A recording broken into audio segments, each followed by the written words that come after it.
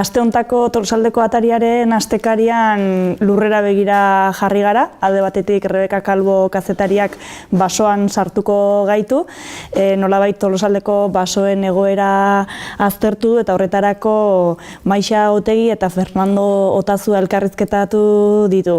Bestetik Itzea Urkizu kazetariak Tolosako kaleetan lurrera begira jarriko gaitu, Tolosako baldosaren inguruko historia bildu nahi izan du, eta erakutsiko digu Tolosako kaleaz gain, munduko beste puntu batzuetan ere baldosa hori jartzen dutela, edo jarrita dagoela.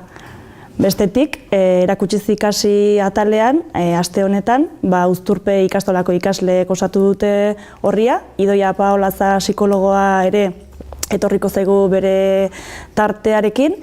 Bidaia aldera joan da berriz Angel Kuerdok bizikletaz bidaiatzeko gonbita luzatuko digu, eta iritzi emaile lanetan berriz Oiane Mateos, Aritza Zurmendi eta Josu Artutxa aritu zaizkigu, eta aste honetako bertsoa Unai Mendizabalek bota digu.